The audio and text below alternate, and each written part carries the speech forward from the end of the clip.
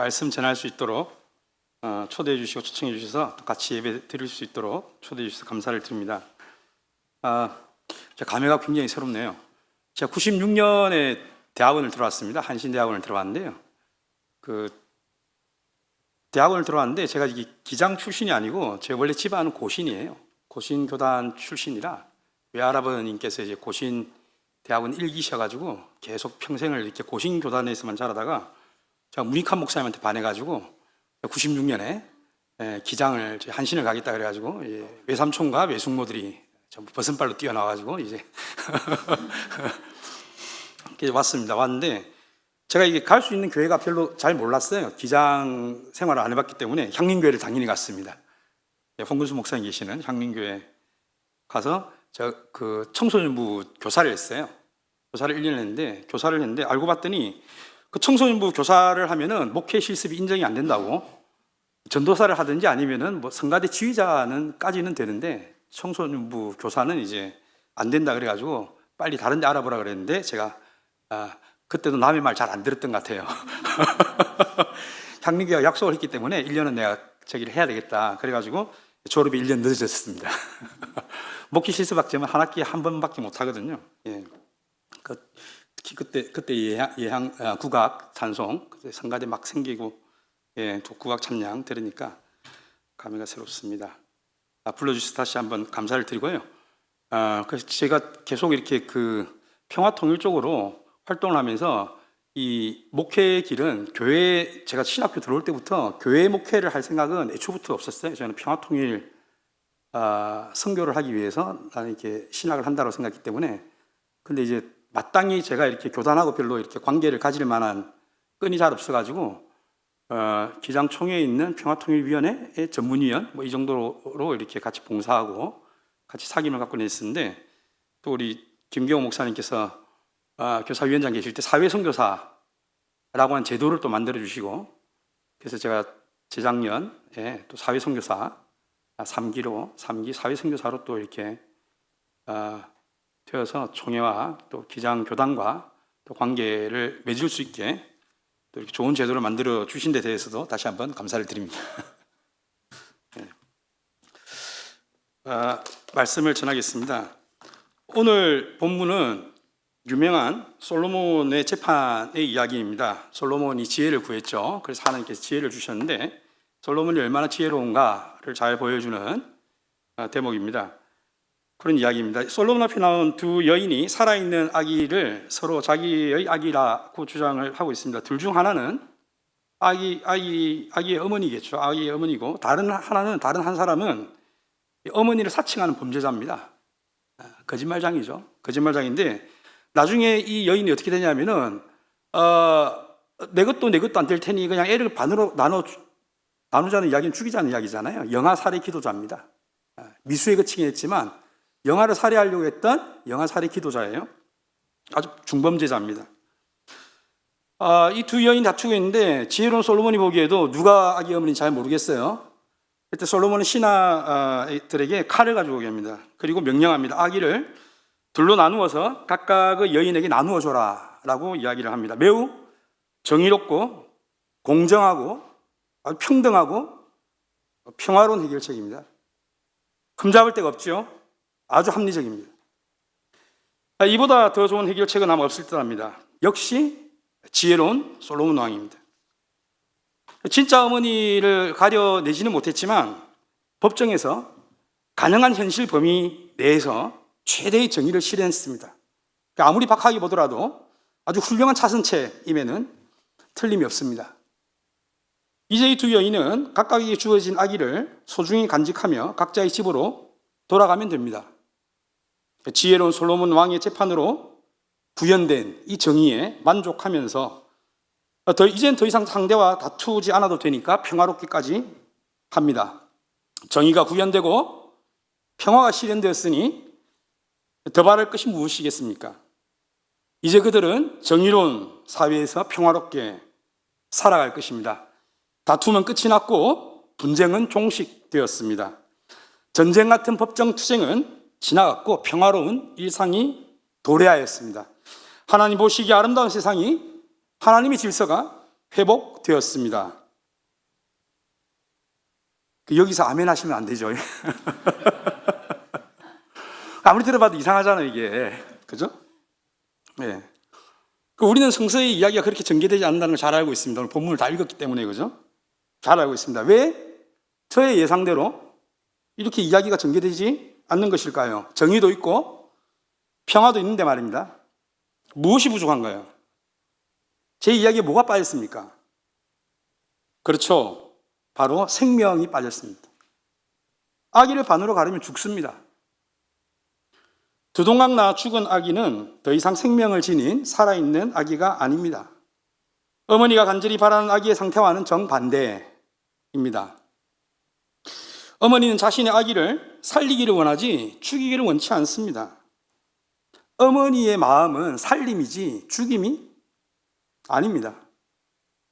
아기를 살리고 더 잘 살게, 아까 국악 찬송 보니까 성공하게 기도하고 단지 육체적 목숨만 부지하는 것이 아니라 사회적으로 인정받으면서 더 잘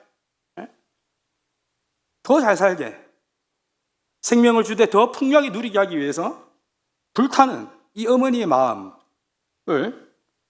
오늘 봉독한 성서에서는 모정이라고 있고 표준 세번역 성서는 이걸 모성애라고 번역했습니다. 다른 번역에는 공동번역 성서 같은 경우에는 가슴이 미어진다 뭐 이렇게 표현을 해요. 그 어원이 같기 때문입니다. 실제로 가슴이 미어지고 간장이 끊어지는 게 어머니의 사랑이 그렇게 번역이 됩니다. 그러니까 실제로 이렇게 가슴이 메어지고 창자가 끊어지는 이 아픈 마음, 아기를 살리기 위한 한 어머니의 마음, 모정, 모성애, 이 불타는 마음이 바로 우리를 긍휼히 여기시는 하나님의 마음입니다. 하나님의 마음을 우리가 하나님 잘 알 수 없잖아요.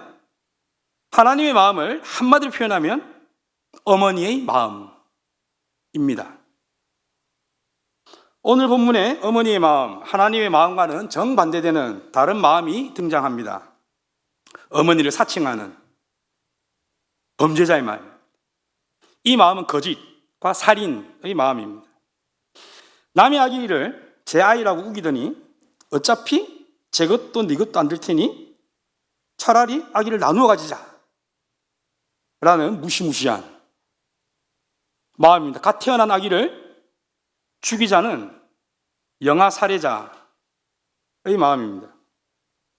우리는 성서를 통해서 대표적인 영아 살해자들을 잘 알고 있습니다. 히브리 노예들의 번성과 독립을 두려워한 이집트 제국의 파라오, 그리고 이스라엘의 해방을 두려워한 로마 제국의 분봉왕 헤롯입니다.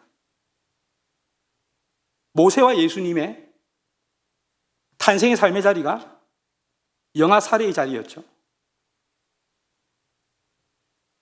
성서는 제국의 마음을 영아 살해자들의 마음이라고 단적으로 보여주고 있습니다. 제국이 있는 곳에 영아 살해자가 있습니다. 지금 가자에서 얼마나 많은 영아들이 죽어가고 있습니까? 그 배후에 어떤 제국이 있는지. 44년 전에, 어제가 5.18이었습니다. 광주에서 어떠한 영아 살해가 민간인 살상이 있었는지 잘 알고 있습니다. 국가폭력? 이게 완전히 틀린 말은 아니고, 하지만 국가폭력은 어떤 한계가 있냐면은 한 국가 내에서의 폭력이라고 제국을 가려주는 착시 효과를 불러일으킬 수 있습니다. 정확히 말하면 제국의 폭력입니다. 광주의 배후에 누가 있는지, 누가 신군부를 사주하고 부추기고 누가 살해를 허락하였는지 저희는 잘 알고 있습니다. 이 제국의 마음은 죽임의 마음이며 살림에 맞서는 반생명의 마음입니다.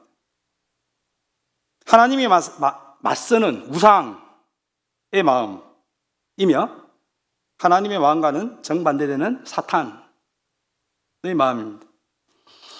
이제 이 자리에 모인 우리는 우리들의 마음을 정하여야 됩니다.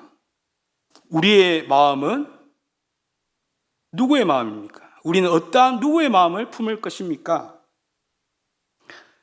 생명을 살리는 마음입니까? 죽이는 마음입니까? 어머니의 마음입니까? 영아 살해자의 마음입니까? 하나님의 마음입니까?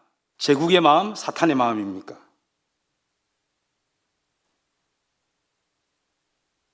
(2024년) 한반도를 둘러싼 마음들이 격하게 출렁이고 있습니다. 한반도를 둘러싼 정세가 요동치고 있습니다. 불길하게 몰려오는 전쟁의 불구름은 더욱 짙어지고 있습니다. 2024년 벽두에 북의 대남 정책이 근본적으로 바뀌었습니다. 조선민주주의인민공화국은 평화를 내려놓고 칼을 빼들었습니다. 이제 한반도를 정확하게 나누자고 합니다. 가르자고 합니다. 한반도에 두 개의 적대적인 국가가 병존한다는 사실을 받아들이자고 합니다. 한반도에 하나의 민족이 존재한다는 이런 헛된 믿음을 버리고 지워버려야 한다고 말하고 있습니다. 지난 연말 2023년 12월이죠. 조선노동당 중앙위원회 제8기 제9차 전원회의가 있었고 전원회의 결정서가 채택되었습니다.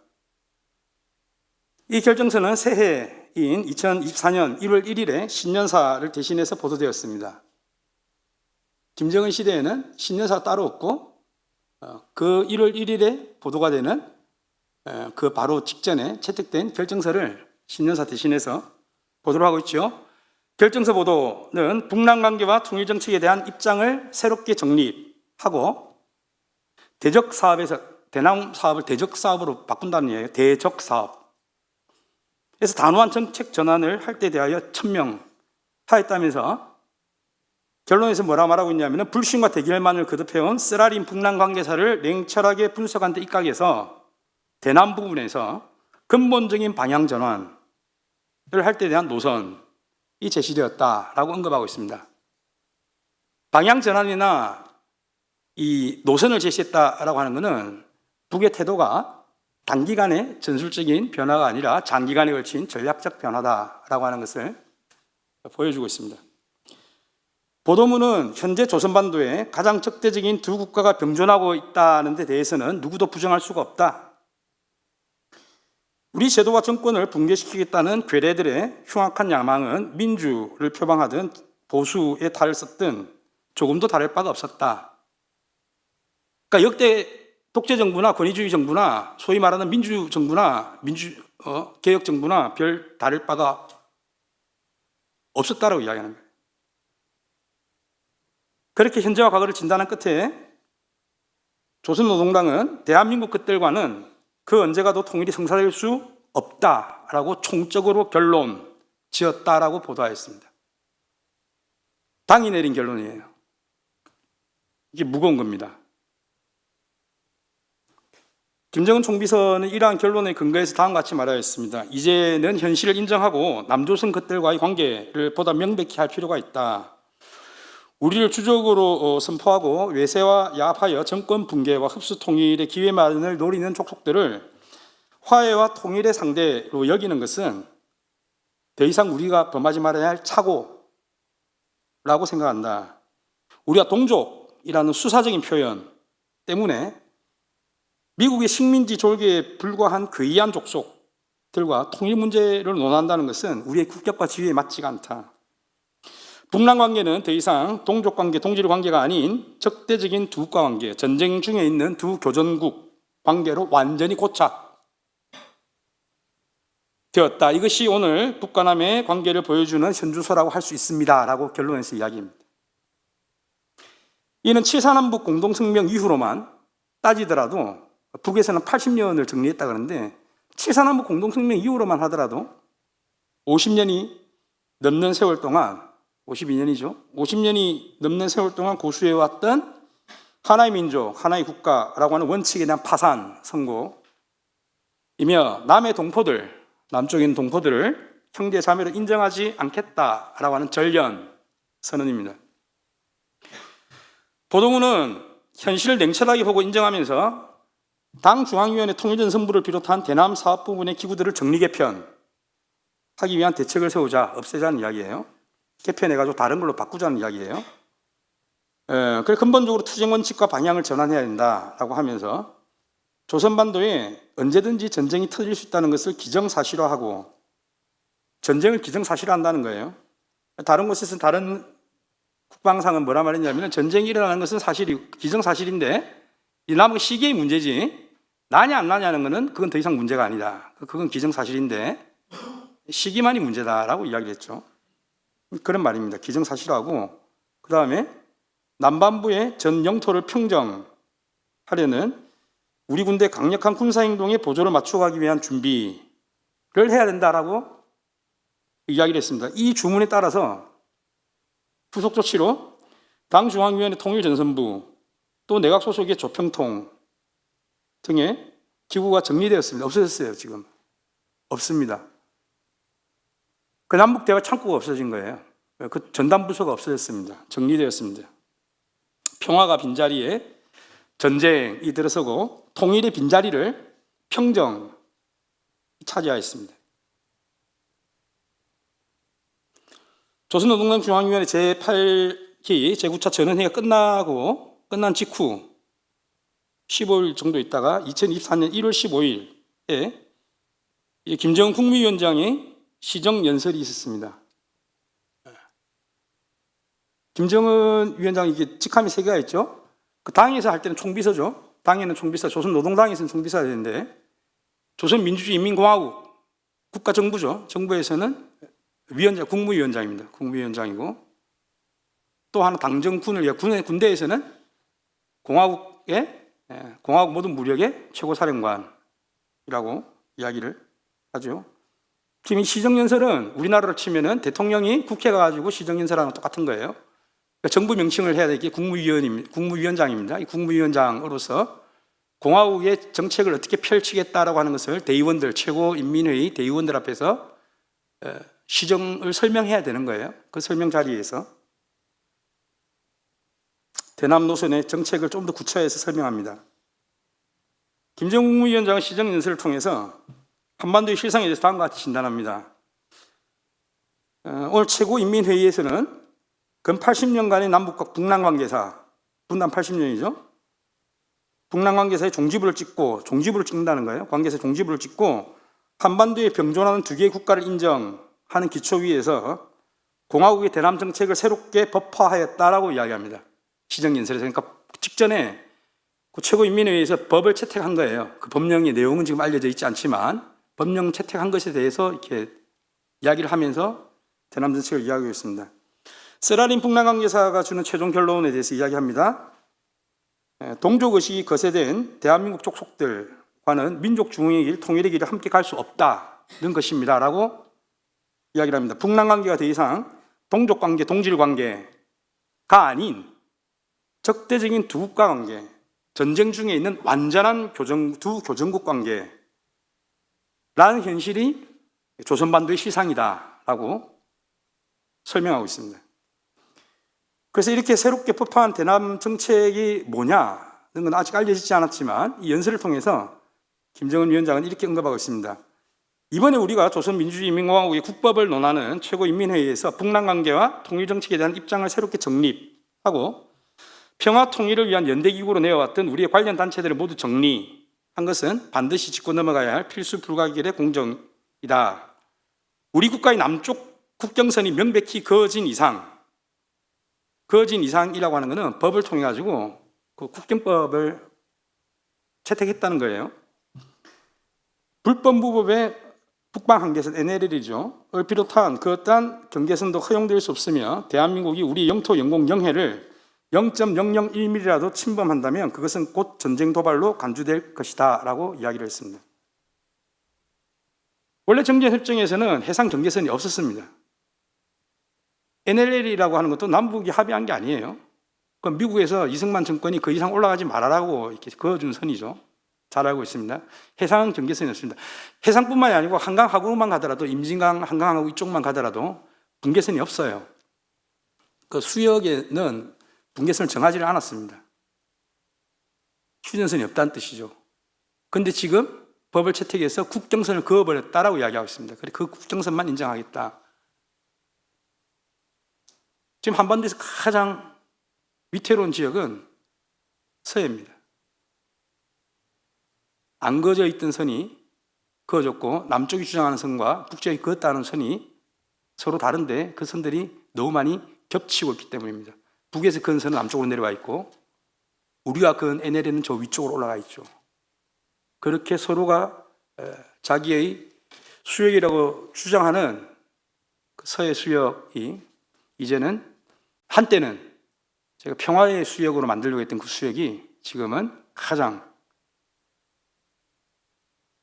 위험한 화약고의 수역이 되었습니다. 자, 이 대목을 통해서 짐작할 수 있는 이 법령, 새로운 대남 정책을 법령법화했다 그랬는데 뭘 했을까? 첫째는 관련 단체들을 정리하는 거예요. 대남 기구들을 정리하는 거다. 둘째는 그걸 입법화했겠죠. 둘째는 남쪽 국경선을 확장하는 거요. 두 가지를 했겠구나. 첫째와 관련해서는 이미 6.15 북측위를 없앴죠. 범민령 북측본부를 다 정리했습니다. 그리고 지난 2월 7일에는 상임위원회를 통해서 금강산 북남경제협력법과 금강산 국제관광특구법 그 시행 규정들, 그 다음에 관련 북남경제협력 관련 합의서들을 폐지함에 대하여를 전원일치로 채택했습니다. 그러니까 모든 이때까지 남북 대화를 통해서 쌓아왔던 우리 평화의 노력들, 그 노력들의 산물인 모든 관련 조항들과 법들과 규칙들과 세칙들이 없었어요.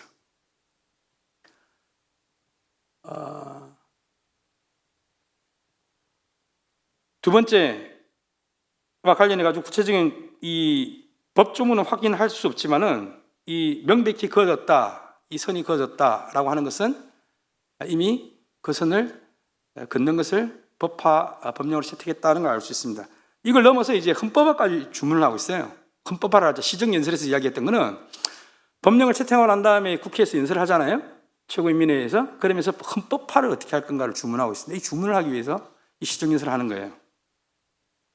헌법 일부 내용을 개정할 필요가 있다라고 본다라고 이 국무위원장이 이야기하고 있습니다. 다른 나라 헌법들을 살펴보니까 영토조항, 영공조항, 영해조항들이 있던데 우리나라 헌법에는 없더라. 북에는 없습니다. 북의 헌법, 사유지 헌법에는 없어요. 없더라. 그러니까 이게 좀 미비하다. 이거 만들어야 된다라고 이야기하면서 헌법화할 것을 주문하고 있습니다. 이 남해에 대해서 철저한 타국으로 가장 특대적인 국가로 규제한 이상 독립적인 사회주의 국가로서의 조선민주주의인민공화국의 주권 행사 영역, 영토, 영공, 영해를 말하는 영역을 합법적으로 정확히 규정, 짓기 위한 법률적 대책을 세울 필요가 있다. 그래서 조선반도에서 전쟁이 일어나는 경우에는 대한민국을 완전히 점령, 평정, 수복하고 공화국 영역에 편입시키는 문제를 반영하는 것도 중요하다고 본다라고 주문을 했어요. 헌법 개정 방향을 주문한 거죠. 이 주문 방향대로 헌법 개정이 이루어질 것 같습니다. 언제 이루어지느냐? 다음 번 최고인민회의에서 아마 심의를 하게 될 것 같습니다. 시정연설의 대목을 보면은 헌법화에 대해서 뭘 헌법화해야 되냐면은 현재 영토 범위를 적시하는 것과 두 번째로는 유사시에 대한민국을 공화국 영역으로 편입하는 근거를 헌법화하자라고 지금 주문을 하고 있는 거예요. 그 다음에 이 연장선 속에서 시정연설을 통해서 김정은 국무위원장이 정치 사상생활과 정신문화생활 영역에까지 이 확장해서 헌법조항을 만들어야 된다라고 이야기를 하고 있습니다. 뭐라고 말하냐면은 우리 인민들의 정치 사상생활과 정신문화생활 영역에서 삼천리 금수강산, 8천만 결의와 같이 북한함을 동족으로 오도하는 잔재적인 낱말들을 사용하지 않는다는 걸 헌법에 명시하라는 거예요. 또 대한민국을 철두철미 제1의 적대국으로 불변의 주적으로 확고히 간주하도록 교육, 교양 사업을 강화한다는 것을 또 조문에, 헌법 조문에 명기하라는 겁니다. 남쪽에서 국방백세에서 북을 주적이라고 계속했죠. 그래서 그거 가지고 반발도 하고 있는데 이제는 북이 한술 더 떠서 칼을 가져와라. 나누자. 너네는 국방백세에다가 주적이라고 하니 우리를 헌법에 봐가지고 헌법에. 그렇게 흘러가고 있습니다. 이 밖에도 뭐라고 하냐면 헌법에 있는 기존의 헌법에 있는 거 삭제할 걸 말하고 있습니다. 북반부 이런 말 쓰지 말자는 거예요. 남과 북이 애초에 하나가 아닌데 무슨 북쪽이 있고 남쪽이 어디 있냐는 거예요. 북반부란 말 쓰지 말자. 자주평화통일 민족 대단결 이게 조국 통일 3대 원칙이에요. 북의 헌법에 있습니다. 이런 표현들을 삭제하자라고 이야기합니다. 그래서 이런 문제들을 반영해서 공화국 헌법이 개정돼야 되고 다음번 최고인민회의에서 심의돼야 한다고 생각한다라고 이야기했습니다. 이게 14기 11차 인민회의인데요. 인민회의 때 이런 이야기를 한 건데 이 최고대의원대회를 소집하는 우리나라 국회죠. 국회가 있는 거는 4년하고 9년에 열립니다. 4년하고 9년. 그러니까 2024년이잖아요. 그 임기가 5년이기 때문에 올해 최고인민회의가 있는 날이에요. 그래서 대의원 선거를 해야 됩니다. 국회의원 선거를 해야 돼요. 보통 4월에 있습니다. 그래서 저는 이게 14기에서 이 주문을 했으니까 15기 선거를 해가지고 15기 최고인민회의를 구성하고 난 다음에 15대 국회죠. 우리말로 하면은 15기의 제일 첫 일정으로 아마 의사일정으로 이걸 올리지 않을까 생각했는데 지금 벌써 5월인데 선거 소식이 없거든요. 14기의 마지막 의정으로 이걸 다룰 수도 있겠다는 생각이 듭니다. 여튼 이 김정은 국무위원장이 주문한 남과 북을 완전히 가르는 것을 헌법으로 조문화하는 이 작업이 멀지 않았다. 14기 이루어질지 15기 이루어질지는 모르겠으나 아무리 길게 잡아도 올해 안에 이 작업이 이루어질 것 같다라고 하는 생각입니다. 시정연설의 이 대목을 통해서 북이 남과의 동족 지우기에 얼마나 진지한가를 확인 느낄 수 있습니다. 도대체 북과 남을 동족으로 오대한 잔재적인 낱말을 사용하지 말자 이런 걸 헌법으로 조문으로 명시할 일인가 이렇게까지 해야 되나 이런 게 이제 의아한데 이렇게까지 하는 것이 이게 과장된 몸짓이 아니라 정말로 진지한 행보라고 한다면 모골이 송연해집니다. 남에 대한 적대 교육을 강화한다는 것을 조문화한다는 것도 마찬가지. 두 가지는 즉 언어의 개념을 수정하고 교육을 통해서 후대를 양성한 이 두 가지는 언어와 교육은 둘 다 사상의 영역에 속하고 크게 보면 사상 개조를 그 목표로 하고 있습니다. 주체 사상의 3대 개조를 이야기하고 있는데 자연 개조, 사회 개조, 사상 개조를 이야기하고 있는데 인간 개조를 이야기하고 있는데 인간 개조 중에서 가장 핵심이 사상 개조예요. 사상 개조는 인간 개조인데 인간 개조가 가장 중요하다고 생각하고 있습니다. 그래서 북은 대남 정책에 있어서 그야말로 사상적인 차원에서까지 근본적으로 방향 전환을 꾀하고 있다라고 볼 수 있습니다. 김정은 위원장이 시정연설을 통해서 실무적인 이러한 방향 속에서 실무적인 대책에 대해서도 주문한 것들이 있는데 이건 바로바로 실행이 되었습니다. 동족 동질 관계로서의 북남조선, 우리 민족끼리 평화통일 이런 말들 쓰지 말자. 이게 이런 상징으로 비춰줄 수 있는 잔여물들을 다 처리한다라고 되어 있습니다. 그래서 이 연장선 속에서 남북 교류 협력의 상징이던 경의선 구간을 완전히 끊어버렸죠.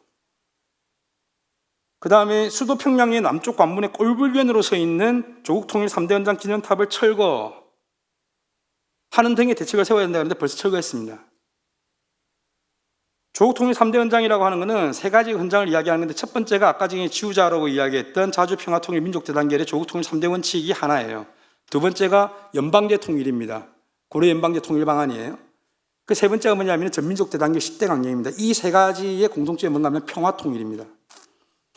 통일의 방도 중에 평화적으로 이 민족이 통일해야 되겠다는 이 세 가지 3대 헌장을 다 없애 그 3대 헌장의 상징인 3대 헌장 기념탑을 철거했습니다. 3대 헌장 기념탑의 높이는 61.5m입니다. 왜 61.5m일까요? 당연하게 6.15를 상징한 것이죠. 3대 헌장에 6.15가 들어가 있지는 않지만 3대 헌장 기념탑을 철거하는 과정에서는 6.15의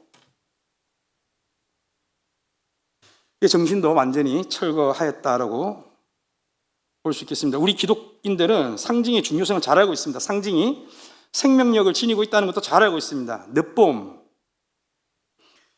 문익환 목사님 세고 30주기에 올해가 30주기지 않습니까? 30주기에 경의선이 회복 불가능하게 끊겨버린 것은 너무나도 가슴 저린 사건입니다. 조국 통일 3대 연장 기념탑, 그 6.15로 시작된 남북 화해의 봄날이 빠르게 지나가고 있습니다. 다시 본문으로 돌아오겠습니다. 솔로몬 왕이 어머니를 사칭하는 여인의 거짓말을 듣다가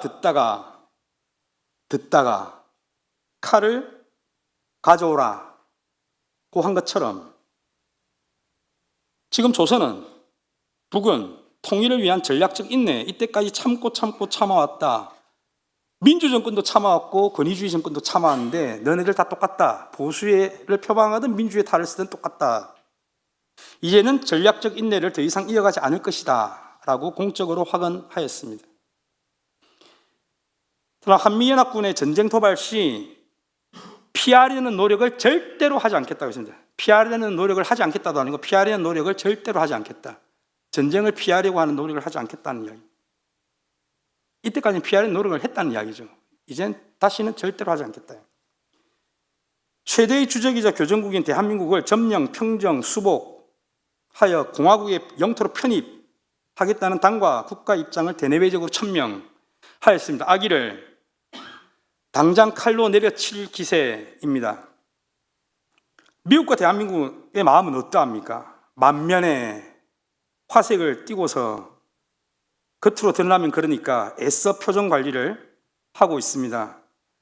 어차피 내 것도 네 것도 안 될 테니 차라리 반쪽으로 가르자는 마당에 조선이 칼까지 빼들고 나서니 반갑기 그지없습니다. 남의 위정자들은 한반도에 조성된 전쟁 위기를 내부 정치 국면 전환용으로 활용할 잔머리를 굴리고 있습니다.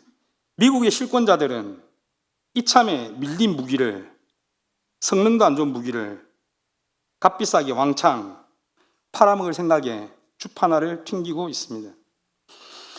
미국과 한국의 소위 전문가라고 하는 작자들은 진보 보수를 떠나서 평화로운 분단 고착, 즉 아기를 가르되 아프지 않게 가르기, 아기도 모르게 가르기, 되도록 평화적으로 가르기, 지켜보는 이들에게 상처 주지 않게 가르기, 아기를 가르되 정의롭게 가르기, 민주적 절차에 따라서 아기를 가르기, 이런 등등의 해법을 개개명창으로 나불거리면서 아기 가르는 방법 연구에 몰두하고 있습니다.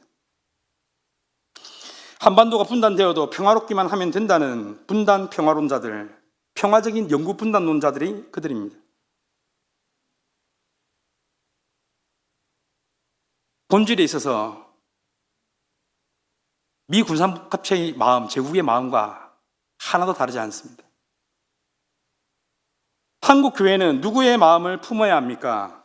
강남 향리는 누구의 마음을 품어야 합니까? 어머니의 마음입니다.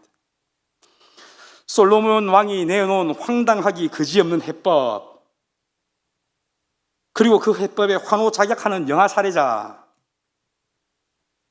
영아 살해 기도자를 목도하면서 애간장이 끊어지지만, 가슴이 미어지지만 목숨보다 소중한 이 아기에 대한 소유권을 포기하면서까지 자신이 어머니인데 자기의 어머니됨을 부인하면서까지 아기의 생명만은 살리자고 하는 어머니의 마음입니다.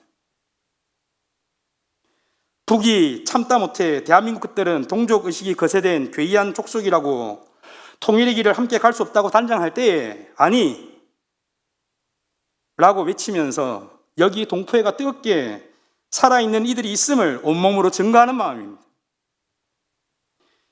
미국 군산복합체의 이익에 복무하는 한미연합군이 줄기차게 전쟁 연습을 이어가면서 남의 방방 곳곳에 군사기지를 만들고 사드를 심고 온갖 군사 무기를 배치하고 F-35를 들려오고 핵 전략 자산을 전개하도록 하고 있을 때 안 돼! 라고 외치면서 온몸으로 분단을 거부하는 마음입니다. 이 민족을 소중한 자녀로 자신의 아기로 삼아주시고 몸소 그 젖가슴에 품어 고이 길러내시며 지금도 이 민족이 두 동강으로 갈라진 아픔을 오롯이 감내하시면서 남과 북이 온전히 하나 되어 생명을 회복하기를 간절히 바라시는 어머니 하나님, 하나님 어머니의 마음입니다. 어머니 되신 하나님, 하나님 어머니의 마음이 강남 향림과 한국교회, 남한사회와 한반도 전역에 차고 넘치게 되기를, 그리하여 하나님 어머니께서 바라시는 이 땅의 평화 통일이 속히 이루어지기를 주님의 이름으로 간절히 축원합니다.